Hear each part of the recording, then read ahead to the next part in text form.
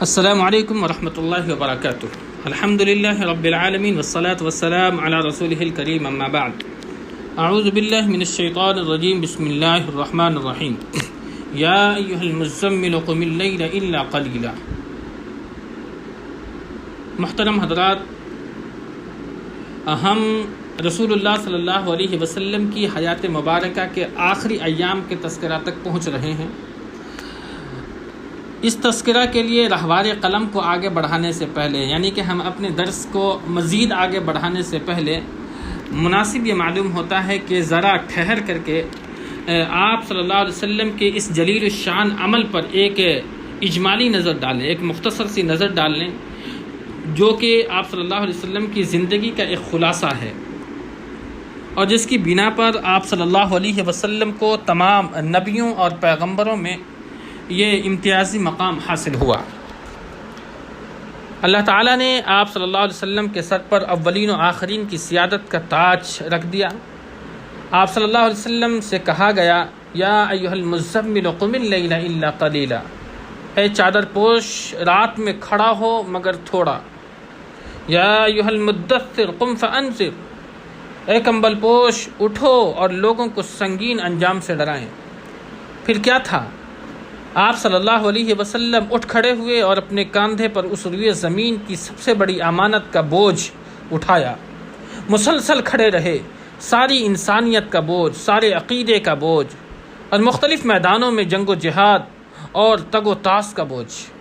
آپ صلی اللہ علیہ وسلم نے اس انسانی ضمیر کے میدان میں جنگ و جہاد اور تگ و تاس کا بوجھ اٹھایا، جو جاہلیت کے اوہام و تصورات کے اندر غرق تھا، جسے زمین اور اس کی گناہگوں کوشش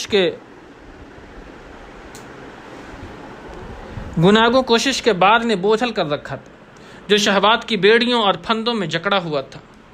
جب اس ضمیر کو اپنے بعض صحابہ کی صورت میں جاہلیت اور حیات عرضی کے تہ در تہ بوجھ سے آزاد کر لیا، تو ایک دوسرا میدان میں ایک دوسرا مارکوں پر مار کے شروع کر دیے۔ دعوت الہی کے وہ دشمن جو دعوت اور اس میں ایمان لانے والوں کے خلاف ٹوٹے پڑے تھے، اور اس پاکیزہ پودے کو پنپنے، مٹی کے اندر جڑ پکڑنے، فضا میں شاخیں لہرانے اور پھلنے پھولنے سے پہلے اس کی نموگاہ میں ہی مار ڈالنا چاہتے تھے، ان کی جڑوں کو کاٹ دینا چاہتے تھے۔ ان دشمنان دعوت کے ساتھ آپ صلی اللہ علیہ وسلم نے پہم مارکہ آرائیاں شروع کی، اور ابھی آپ صلی اللہ علیہ وسلم جزیرۃ العرب کے مارکوں سے فارغ بھی نہ ہوئے تھے کہ روم نے اس نئی امت کو دبوچنے کے لیے اس کی سرحدوں پر تیاریاں شروع کر دی تھیں۔ ان تمام کارروائیوں کے دوران ابھی پہلا مارکہ، ضمیر کا مارکہ ختم نہیں ہوا تھا، کیونکہ یہ دائمی مارکہ ہے۔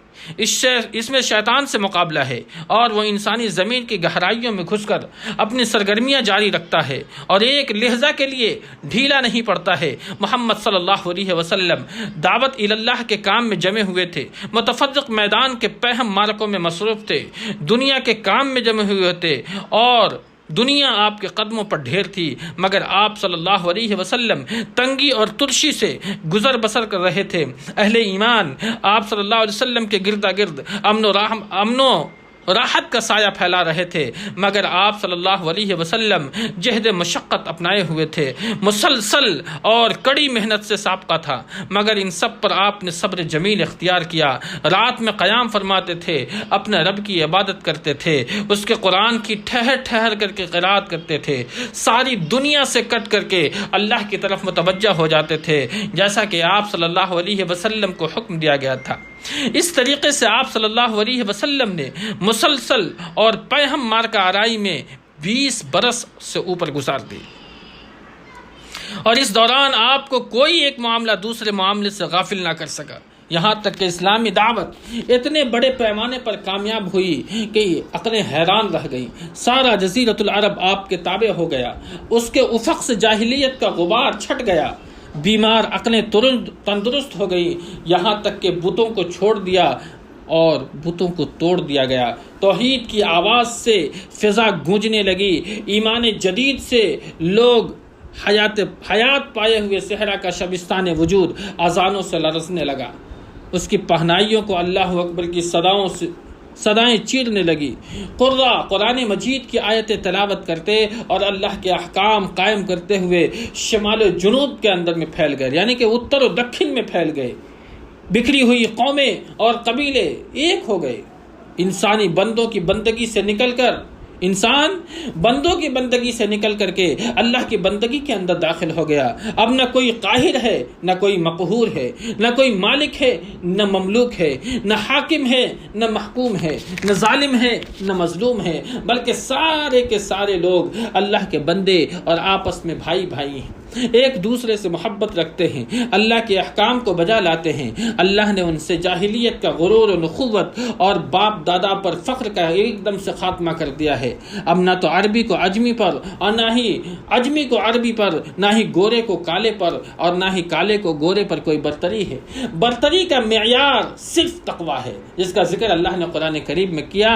یا ایھا الناس انا خلقناکم من ذکر و انثی وجعلناکم شعوبا وقبائل لتعارفوا ان اکرمکم عند اللہ اتقاکم، یعنی کہ اللہ کے نزدیک اگر بزرگی چاہتے ہو، اللہ کے نزدیک اگر مقام چاہتے ہو، اللہ کے نزدیک اگر سرخرو ہونا چاہتے ہو، اللہ کے بارے میں یہ چاہتے ہو کہ اللہ مجھ سے محبت کرے، تو اس کا معیار جو مقرر کیا گیا ہے وہ تقویٰ ہے، ورنہ سارے لوگ آدم علیہ السلام کی اولاد ہیں اور آدم کو اللہ نے مٹی سے پیدا کیا۔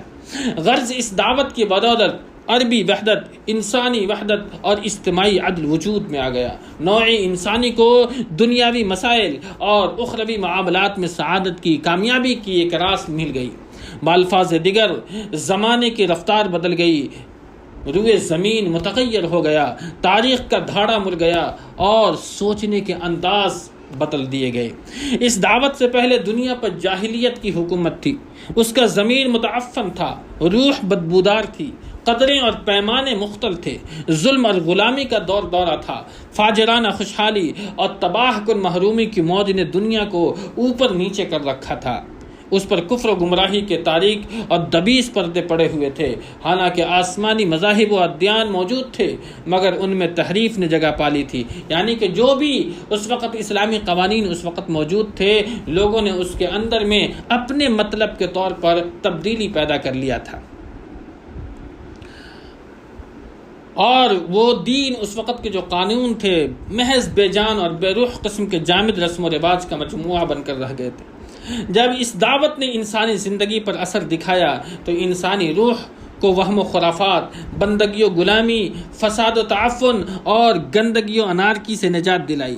معاشرہ انسان کو ظلم و طغیان، پراگندی و بردبادی، حکام کے استبداد اور کاہنوں کے رسوا کن تسلط سے چھٹکارا دلایا۔ دنیا کو عفت و نظافت، ایجادات و تعمیر، آزادی و تجدد، وثوق ایمان، عدالت و کرامت کی بنیادوں پر زندگی کی بالیدگی، حیات کی ترقی اور حقدار کی حق رسائی کے لیے تعمیر کیا گیا۔ محترم حضرات، ان تبدیلیوں کے بدولت جزیرۃ العرب نے ایک ایسی بابرکت اٹھان کا مشاہدہ کیا جس کی نظیر، جس کی مثال انسانی وجود کے کسی بھی زمانے میں نہیں دیکھی گئی، اور اس جزیرے کی تاریخ اپنی عمر کے ان یگانہ روزگار ایام میں اس طرح جگمگائی کہ اس سے پہلے کبھی نہیں جگمگائی تھی۔ محترم ناظرین، دعوت و تبلیغ کا کام پورا ہو گیا۔ اللہ کی الوہیت کے اس بات، اس کے ما سوا کے الوہیت کی نفی اور محمد رسول اللہ صلی اللہ علیہ وسلم کی رسالت کی بنیاد پر ایک نئے معاشرے کی تشکیل عمل میں آئی۔ گویا غیبی ہاتف آپ کے قلب و شعور کو یہ احساس دلا رہا تھا کہ دنیا میں آپ صلی اللہ علیہ وسلم کے قیام کا زمانہ اب بالکل ختم ہونے کے قریب ہے۔ یہ حجۃ الوداع کی تاریخ ہے۔ محترم ناظرین، آپ صلی اللہ علیہ وسلم نے حضرت معاذ ابن جبل رضی اللہ تعالی عنہ کو سن 10 ہجری میں یمن کا گورنر بنا کر روانہ فرمایا تو رخصت کرتے ہوئے من جملہ اور باتوں کے بارے میں فرمایا، اے معاذ، غالباً تم مجھ سے میرے اس سال کے بعد نہ مل سکو گے، بلکہ غالباً میری اس مسجد میں اور میری قبر کے پاس سے گزرو گے۔ حضرت معاذ رضی اللہ تعالی عنہ یہ سن کر رسول اللہ صلی اللہ علیہ وسلم کے جدائی کے غم سے رونے لگے۔ محترم ناظرین، یہ سب آثار تھے کہ اب اللہ کے نبی صلی اللہ علیہ وسلم کے زندگی کے اب آخری ایام گزر رہے ہیں۔ در حقیقت اللہ چاہتا تھا کہ اپنے پیغمبر کو اس دعوت کے ثمرات دکھلائیں جس کی راہ میں آپ نے 20 برس سے زیادہ عرصہ تک طرح طرح کی مشکلات اور مشقتیں برداشت کی، اور اس کی صورت یہ ہو کہ آپ صلی اللہ علیہ وسلم حج کے موقع پر مکہ کے اطراف میں قبائل عرب کے افراد و نمائندگان کے ساتھ جمع ہوں، پھر وہ آپ سے دین کے احکام و شرائع حاصل کرے۔ آپ صلی اللہ علیہ وسلم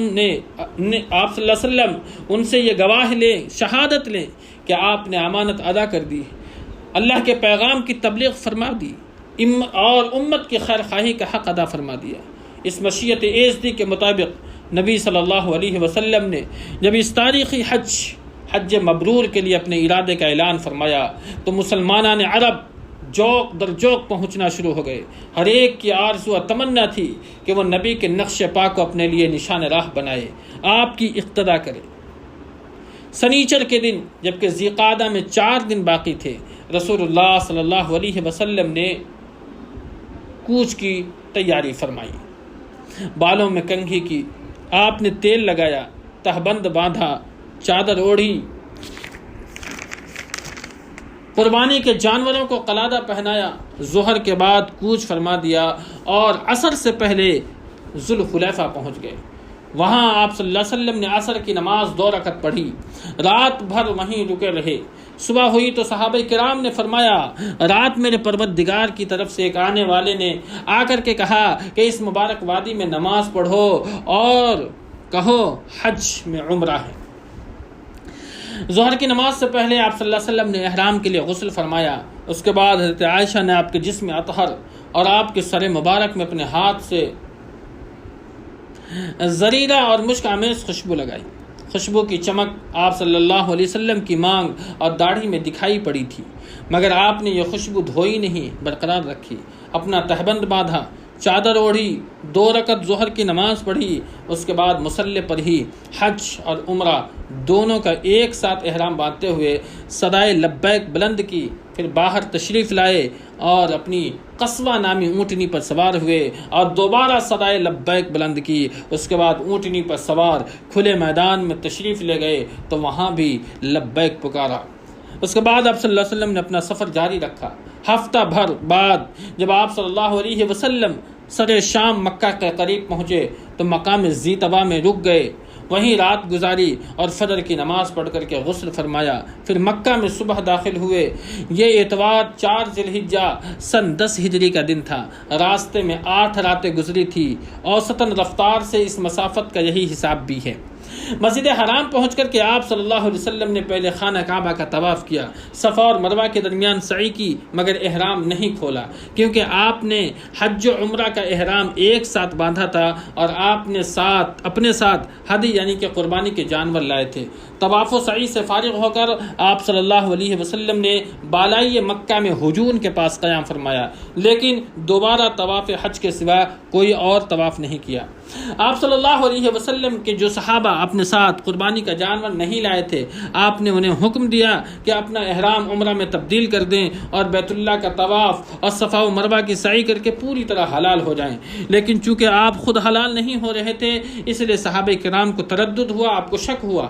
آپ نے فرمایا اگر میں اپنے معاملات کی وہ بات پہلے جان گیا ہوتا جو بعد میں معلوم ہوئی تو میں بھی ہدی نہ لاتا، اور اگر میرے ساتھ ہدی نہ ہوتی یعنی کہ قربانی کا جانور نہ ہوتا تو میں بھی حلال ہو جاتا۔ آپ کا یہ ارشاد سن کر صحابہ کرام نے سر اطاعت خم کر دیا اور جن کے پاس ہدی نہ تھی وہ لوگ حلال ہو گئے۔ محترم ناظرین، حج کی 3 قسمیں ہیں، حج قران، حج تمتع اور حج افراد۔ اللہ کے نبی صلی اللہ علیہ وسلم نے اپنی زندگی میں ایک ہی حج کیا ہے اور وہ حج قران تھا۔ اللہ کے نبی نے حج تمتع نہیں کیا لیکن حج تمتع کرنے کی اجازت دی۔ حج تمتع کا طریقہ وہی ہے کہ آدمی حج کی نیت سے یہاں سے مکہ پہنچتا ہے اور پہلے عمرہ کی نیت کر کے عمرہ کا احرام باندھتے ہیں میقات سے، اور اس کے بعد وہ لوگ عمرہ کے بعد بال کاٹ کر کے اور جو دیگر چیزیں صفا اور مروہ یعنی عمرہ کے جو بھی ارکان ہیں اس کی ادائیگی کے بعد احرام اتار لیتے ہیں، حلال ہو جاتے ہیں، اور اس کے بعد پھر 8 ذی الحجہ کو حج کا احرام باندھ کر کے پھر حج کے جو بھی مناسک ہیں وہ ادا کرتے ہیں، اسے حج تمتع کہا جاتا ہے۔ اور حج قران جو اللہ کے نبی نے کیا کہ حج اور یہ حج اور عمرے کا احرام ایک ساتھ آپ صلی اللہ علیہ وسلم نے باندھا، اور قران کرنے والے اپنے ساتھ ہی قربانی کا جانور لے کر کے آتے ہیں۔ اور حج افراد بھی ہے، 3 قسمیں حج کی ہے جو آپ کے درمیان ہے۔ نبی نے حج قران کیا اور حج تمتع کا اللہ کے نبی نے حکم دیا، اور عام طور پر آج جو بھی مسلمان حج کے لیے جاتے ہیں وہ حج تمتع ہی کرتے ہیں۔ محترم ناظرین، 8 ذی الحجہ یعنی کہ ترویہ کے دن آپ صلی اللہ علیہ وسلم منی تشریف لے گئے اور وہاں 9 ذی الحجہ کی صبح تک قیام فرمایا۔ ظہر، عصر، مغرب، عشاء اور فجر یعنی کہ 5 وقت کی نمازیں آپ نے وہیں پڑھی۔ پھر اتنی دیر توقف فرمایا کہ سورج طلوع ہو گیا، اس کے بعد عرفہ کو آپ چل پڑے۔ وہاں پہنچے تو وادی نمرہ میں قبہ تیار تھا، اسی میں آپ نے نزول فرمایا۔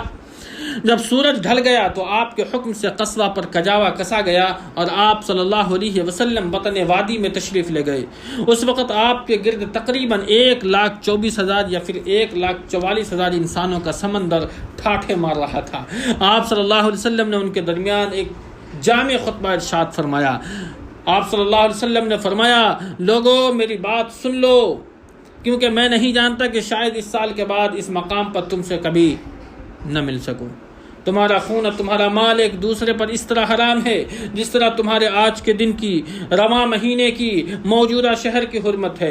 سن لو، جاہلیت کی ہر چیز میرے پاؤں تلے روند دی گئی، جاہلیت کے خون بھی ختم کر دیے گئے، اور ہمارے خون میں سے پہلا خون جسے میں ختم کر رہا ہوں وہ ربیعہ ابن حارث کے بیٹے کا ہے۔ یہ بچہ بنو سعد میں دودھ پی رہا تھا کہ انہی ایام میں قبیلہ حذیل نے اسے قتل کر ڈالا۔ جاہلیت کا سود ختم کر دیا گیا، اور ہمارے سود میں سے پہلا سود جسے میں ختم کر رہا ہوں وہ عباس بن عبد المطلب کا سود ہے۔ اب یہ سارا کا سارا سود ختم ہے۔ ہاں، عورتوں کے بارے میں اللہ سے ڈرو، کیونکہ تم نے انہیں اللہ کی امانت کے ساتھ لیا ہے، اللہ کے کلمے کے ذریعے حلال کیا ہے۔ ان پر تمہارا حق یہ ہے کہ وہ تمہارے بستر پر کسی ایسے شخص کو نہ آنے دیں جو تمہیں پسند نہیں۔ اگر وہ ایسا کریں تو تم انہیں مار سکتے ہو، لیکن سخت مار نہ مارنا۔ اور تم پر ان کا حق یہ ہے کہ تم انہیں معروف کے ساتھ کھلاؤ اور پہناؤ۔ اور میں تم میں ایسی چیزیں چھوڑے جا رہا ہوں کہ اگر تم نے اسے مضبوطی سے پکڑے رکھا تو اس کے بعد ہرگز گمراہ نہ ہوگے، اور وہ ہے اللہ کی کتاب۔ لوگوں یاد رکھو، میرے بعد کوئی نبی نہیں اور تمہارے بعد کوئی امت نہیں، لہذا اپنے رب کی عبادت کرنا، 5 وقت کی نماز پڑھنا، رمضان کے روزے رکھنا، خوشی خوشی اپنے مال کی زکوٰۃ دینا، اپنے پروردگار کے گھر کا حج کرنا اور اپنے حکمرانوں کی اطاعت کرنا۔ ایسا کرو گے تو اپنے پروردگار کی جنت میں داخل ہوگے۔ اور تم سے میرے متعلق پوچھا جانے والا ہے تو تم لوگ کیا کہو گے؟ صحابہ نے کہا، ہم شہادت دیتے ہیں کہ آپ صلی اللہ علیہ وسلم نے تبلیغ کر دی، پیغام پہنچا دیا، خیر خواہی کا حق ادا فرما دیا۔ یہ سن کر کے آپ صلی اللہ علیہ وسلم نے انگشت شہادت کو آسمان کی طرف اٹھایا اور لوگوں کی طرف جھکاتے ہوئے 3 بار فرمایا، اللہم اشہد، اللہم اشہد، اللہم اشہد۔ اے اللہ تو گواہ رہا، اے اللہ تو گواہ رہا، اے اللہ تو گواہ رہا۔ آپ صلی اللہ علیہ وسلم کے ارشادات کو ربیعہ بن امیہ بن خلف رضی اللہ تعالیٰ عنہ اپنی بلند آواز سے لوگوں تک پہنچا رہے تھے۔ جب آپ صلی اللہ علیہ وسلم خطبہ سے فارغ ہو چکے تو اللہ عز و جل نے یہ آیت کریمہ نازل فرمائی، الیوم اکملت لکم دینکم واتممت علیکم نعمتی ورضیت لکم الاسلام دینا، کہ آج میں نے تمہارے لیے تمہارا دین مکمل کر دیا، تم پر اپنی نعمت کو پوری کر دی، تمہارے لیے اسلام کو بحیثیت دین پسند کر لیا۔ محترم حضرات، حضرت عمر نے یہ آیت سنی تو رونے لگے۔ دریافت کیا گیا، آپ سے پوچھا گیا آپ کیوں رو رہے ہیں؟ فرمایا اس لیے کہ کمال کے بعد زوالی تو ہے۔ خطبہ کے بعد حضرت بلال نے اذان اور پھر اقامت کہی، نبی نے ظہر کی نماز پڑھائی، اس کے بعد حضرت بلال نے پھر اقامت کہی، اور آپ صلی اللہ علیہ وسلم نے عصر کی نماز پڑھائی، اور ان دونوں نمازوں کے درمیان کوئی اور نماز نہ پڑھی۔ محترم ناظرین، اس سے یہ پتہ چلتا ہے کہ آپ اگر میدان عرفات میں حج کے لیے جائیں، جب جمع ہوں گے تو سوائے ظہر و عصر کے کوئی اور نماز وہاں نہیں پڑھنی ہے، بلکہ میدان عرفات میں ظہر عصر کو ایک ساتھ پڑھنی ہے بین الصلاتین، اور 2 رکعت کر کے پڑھنی ہے، اور میدان عرفات میں جتنی دیر آپ رہیں گے اللہ سے دعا کرتے رہیں، اور وہ دعا جو نبی نے سکھلائی ہے، لا الہ الا اللہ وحدہ لا شریک لہ لہ الملک ولہ الحمد وہو علی کل شیء قدیر۔ محترم ناظرین، یہی وہ دعا ہے جو میدان عرفات میں اللہ کے نبی صلی اللہ علیہ وسلم نے پڑھی ہے۔ اس کے بعد اللہ کے نبی صلی اللہ علیہ وسلم سوار ہو کر کے آپ جائے وقوف پر تشریف لے گئے، اپنی اونٹنی قصوہ کا شکم چٹانوں کی جانب کیا، اور جبل مشات یعنی کہ پیدل چلنے والوں کی راہ میں واقع ریتلے تودے کو سامنے کیا، اور قبلہ رخ مسلسل اسی حالت میں وقوف فرمایا یہاں تک کہ سورج غروب ہونے لگا۔ تھوڑی زردی ختم ہوئی، پھر سورج کی ٹکیا غائب ہو گئی۔ اس کے بعد آپ صلی اللہ علیہ وسلم نے حضرت اسامہ کو پیچھے بٹھایا، اور وہاں سے روانہ ہو کر کے آپ مزدلفہ تشریف لائے۔ محترم ناظرین، مغرب کی نماز یعنی کہ عرفات میں نہیں بلکہ مغرب اور عشاء مزدلفہ آ کر کے ادا کرنی ہے، یہی نبی صلی اللہ علیہ وسلم کا سنت طریقہ ہے۔ اللہ کے نبی صلی اللہ علیہ وسلم مزدلفہ میں مغرب اور عشاء کی نمازیں ایک اذان اور 2 اقامت سے پڑھی، درمیان میں کوئی نفل نماز نہیں پڑھی۔ اس کے بعد آپ صلی اللہ علیہ وسلم لیٹ گئے اور طلوع فجر تک لیٹے رہے۔ صبح نمودار ہوتے ہی اذان و اقامت کے ساتھ فجر کی نماز پڑھی۔ اس کے بعد اپنی اونٹنی پر سوار ہو کر کے مشعر حرام تشریف لائے، اور قبلہ رخ ہو کر کے خوب اللہ سے دعا کی، اور اس کی تکبیر، اس کی تحلیل اور توحید کے کلمات کہے۔ یہاں اتنی دیر تک ٹھہرے رہے کہ روشنی پھیل گئی۔ اس کے بعد سورج طلوع ہونے سے پہلے آپ پھر سے منا کے لیے روانہ ہو گئے، اور اب کی بار حضرت فضل ابن عباس کو اپنے پیچھے سوار کیا۔ بطن محصر میں پہنچے تو سواری کو ذرا تیزی سے دوڑایا، پھر جو درمیانی راستہ جمرہ کبریٰ پر نکلتا تھا اس سے چل کر کے جمرہ کبریٰ پر پہنچے۔ اس زمانے میں وہاں ایک درخت بھی تھا، اور جمرہ کبریٰ اس درخت کی نسبت سے بھی معروف تھا۔ اس کے علاوہ جمرہ کبریٰ کو جمرہ عقبہ اور جمرہ اولیٰ بھی کہتے ہیں۔ آپ صلی اللہ علیہ وسلم نے جمرہ کبریٰ کو 7 کنکریاں ماری، اور ہر کنکری کے ساتھ تکبیر کہتے جاتے تھے۔ کنکریاں چھوٹی چھوٹی تھیں جنہیں چٹکی میں لے کر کے چلایا جا سکتا تھا۔ آپ صلی اللہ علیہ وسلم نے یہ کنکریاں بطن وادی میں کھڑے ہو کر کے ماری تھی۔ اس کے بعد آپ صلی اللہ علیہ وسلم قربان گاہ تشریف لے گئے، اور اپنے دست مبارک سے 63 اونٹ ذبح کیے۔ محترم ناظرین، اس سے اندازہ ہوتا ہے کہ آپ صلی اللہ علیہ وسلم کتنے طاقتور بھی تھے، کتنے بہادر تھے۔ 63 اونٹ ذبح کیا، 63 اونٹ، اور اس کے بعد حضرت علی کو سونپ دیا، اور انہوں نے بقیہ 37 اونٹ ذبح کیے۔ اس طریقے سے معلوم ہوتا ہے کہ 100 اونٹ آپ صلی اللہ علیہ وسلم نے قربان کیے۔ آپ صلی اللہ علیہ وسلم نے حضرت علی کو بھی اپنی ہدی یعنی کہ قربانی میں شریک فرما لیا تھا۔ اس کے بعد آپ کے حکم سے ہر اونٹ کا ایک ایک ٹکڑا کاٹ کر ہانڈی میں ڈالا اور پکایا گیا۔ پھر آپ نے اور حضرت علی نے اس گوشت میں سے کچھ تناول فرمایا، اور اس کا شوربہ بھی آپ لوگوں نے پیا۔ اس کے بعد اللہ کے نبی صلی اللہ علیہ وسلم سوار ہو کر مکہ تشریف لے گئے، بیت اللہ کا طواف فرمایا۔ اسی طواف کو طواف افاضہ بھی کہتے ہیں، اور مکہ ہی میں ظہر کی نماز ادا فرمائی۔ پھر زمزم پر بنو عبد المطلب کے پاس تشریف لے گئے۔ وہ حجاج کرام کو زمزم کا پانی پلا رہے تھے۔ آپ صلی اللہ علیہ وسلم نے فرمایا، بنو عبد المطلب تم لوگ پانی کھینچو، اگر یہ اندیشہ نہ ہوتا کہ پانی پلانے کے اس کام میں لوگ تمہیں مغلوب کر دیں گے تو میں بھی تم لوگوں کے ساتھ کھینچتا۔ یعنی اگر صحابہ نبی کو خود پانی کھینچتے ہوئے دیکھتے تو ہر صحابی خود پانی کھینچنے کی کوشش کرتا، اور اس طرح حجاج کو زمزم پلانے کا جو شرف بنو عبد المطلب کو حاصل تھا اس کا نظم ان کے قابو میں نہ رہ جاتا۔ چنانچہ بنو عبد المطلب نے آپ صلی اللہ علیہ وسلم کو 1 ڈول پانی دیا، اور آپ صلی اللہ علیہ وسلم نے اس میں اپنے خواہش کے مطابق پیا۔ آج یوم النحر تھا، یعنی کہ ذی الحجہ کی 10 تاریخ تھی۔ نبی صلی اللہ علیہ وسلم نے آج بھی دن چڑھے یعنی کہ چاشت کے وقت ایک خطبہ ارشاد فرمایا تھا۔ خطبہ کے وقت آپ صلی اللہ علیہ وسلم کھچر پر سوار تھے۔ حضرت علی آپ کے ارشادات صحابہ کو سنا رہے تھے۔ صحابہ کچھ بیٹھے کچھ کھڑے تھے۔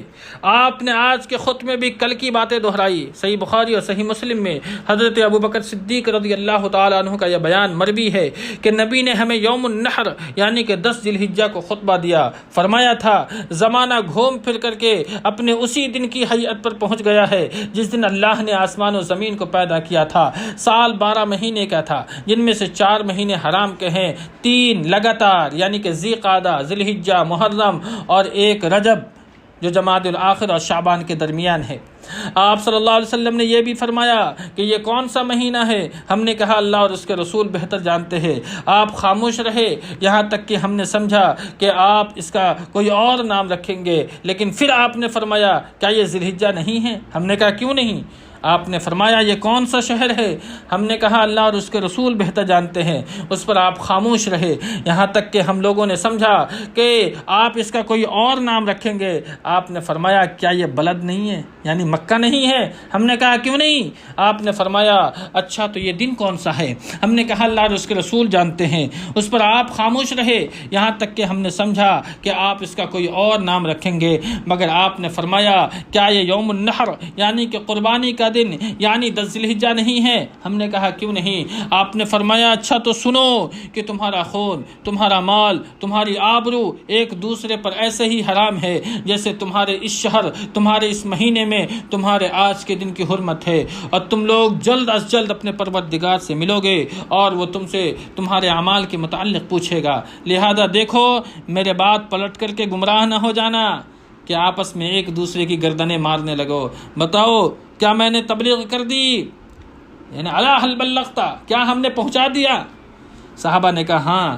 آپ نے فرمایا اے اللہ گواہ رہا، جو شخص موجود ہیں وہ غیر موجود تک میری باتیں پہنچا دے، کیونکہ بعض وہ افراد جن لوگوں تک یہ باتیں پہنچائی جائیں گی وہ بعض موجودہ یعنی کہ سننے والے سے کہیں زیادہ ان باتوں کے در و بست کو سمجھ سکیں گے۔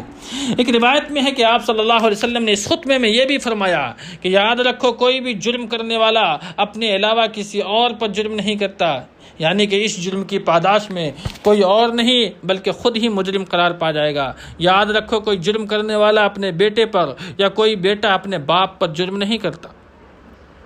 یاد رکھو شیطان مایوس ہو چکا ہے، اب تمہارے اس شہر میں کبھی بھی اس کی پوجا کی جائے، لیکن اپنے جن اعمال کو تم لوگ حقیق سمجھتے ہو ان میں اس کی اطاعت کی جائے گی اور وہ اس سے راضی ہوگا۔ اس کے بعد آپ صلی اللہ علیہ وسلم ایام تشریق یعنی کہ 11، 12، 13 ذی الحجہ کو آپ منی میں مقیم رہے۔ اس دوران آپ صلی اللہ علیہ وسلم حج کے مناسک بھی ادا فرما رہے تھے اور لوگوں کو شریعت کے احکام بھی سکھا رہے تھے، اللہ کا ذکر بھی فرما رہے تھے، ملت ابراہیمی کی سنت ہدا کو بھی قائم کر رہے تھے، شرک کے آثار و نشانات کا صفایا بھی فرما رہے تھے۔ آپ نے ایام تشریق میں بھی ایک دن خطبہ دیا، چنانچہ سنن ابو داؤد میں بسند حسن مروی ہے کہ حضرت سارا بنت بنہان رضی اللہ تعالی عنہا نے فرمایا کہ رسول اللہ صلی اللہ علیہ وسلم نے ہمیں رؤوس کے دن خطبہ دیا اور فرمایا کیا یہ ایام تشریق کا درمیانی دن نہیں ہے؟ آپ صلی اللہ علیہ وسلم کا آج کا خطبہ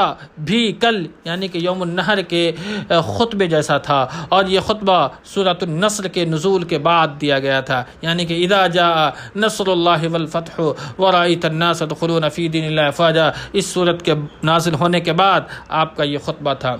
ایام تشریق کے خاتمے پر دوسرے یعنی کہ یوم النفر یعنی کہ 13 ذی الحجہ کو نبی صلی اللہ علیہ وسلم نے مینا سے کوچ فرمایا اور وادی ابطح کے خیف بن کنانہ میں فروکش ہوئے۔ دن کا باقی ماندہ حصہ اور رات وہیں گزاری، ظہر، عصر، مغرب اور عشاء کی نمازیں وہیں پڑھی، البتہ عشاء کے بعد تھوڑا سا سو کر اٹھے، پھر سوار ہو کر بیت اللہ تشریف لے گئے، اور پھر آپ نے آخری طواف یعنی کہ طواف وداع، رخصت والا طواف آپ نے فرمایا، اور اب تمام مناسک حج سے فارغ ہو کر آپ صلی اللہ علیہ وسلم نے سواری کا رخ مدینہ منورہ کی راہ پر ڈال دیا، اس لیے نہیں کہ وہاں پہنچ کر راحت فرمائیں گے، بلکہ اس لیے کہ اب پھر اللہ کی خاطر اللہ کی راہ میں، اللہ کے راستے میں ایک نئی جد و جہد کا آغاز فرمائیں گے۔ محترم ناظرین، یہ خطبہ حجۃ الوداع کے نام سے تاریخ اسلام میں جانا جاتا ہے، اور باضابطہ لوگ پمفلیٹ کی شکل میں خطبہ حجۃ الوداع کو لکھ کر کے لوگوں کے درمیان پہنچاتے رہتے ہیں۔ نبی صلی اللہ علیہ وسلم کی زندگی کا یہ آخری خطبہ تھا، اور اس میں اللہ کے نبی صلی اللہ علیہ وسلم نے بہت ہی جامع باتیں ارشاد فرمائی ہے۔ محترم ناظرین، آج کا درس ہم نبی صلی اللہ علیہ وسلم کے اسی آخری خطبے پر ختم کرتے ہیں۔ باری تعالیٰ سے دعا کرتے ہیں اللہ رب العالمین ہمیں آپ کو کتاب و سنت پر عمل کی توفیق بخشے۔ آمین۔ وآخر دعوانا ان الحمد للہ رب العالمین، والسلام علیکم ورحمۃ اللہ وبرکاتہ۔